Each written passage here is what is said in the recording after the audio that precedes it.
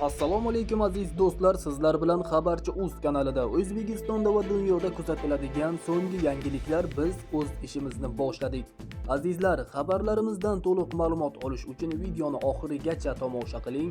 Video ostida bir dona like tugmasini bosib, keyingi videolarimizni o'tkazib yubormaslik uchun albatta kanalimizga obuna bo'ling. Bugungi dasturimizda nima sababdan 22 yoshli chegarachi o'zini otib qo'ydi? Batafsil videoda xabardor bo'ling. Joriy yil 7-aprel kuni Qirg'izistonning O'sh shahridagi Irkeshtam chegara postida 22 yoshli harbiy xizmatchi o'z joniga qasd qilmoqchi bo'ldi. Bu haqida Turmush xabar berdi. Ma'lumotlarga ko'ra, shartnoma asosida xizmat o'tayotgan harbiy xizmatchi boshidan o'q tekkan holda Nura qishlog'idagi shifoxonaga olib borilgan. Birinchi tibbiy tez yordam ko'rsatilgandan so'ng u zudlik bilan tuman markaziga bo'lgan Gulcha shahridagi shifoxonaga ko'chirilgan. Shifokor Diyorbek Qodirov jabrlanuvchining holati haqida ma'lumot bergan. Uning aytishicha, o'shlik mutaxassislar tomonidan chegarachining bosh miyasida shoshilinch operatsiya o'tkazilgan. Dastlabki ma'lumotlarga ko'ra, o'q jag' sohasiga tegib, ko'z atrofidagi qon tomirlari yonidan teshib chiqqan. Hozir bemor koma holatida bo'lib,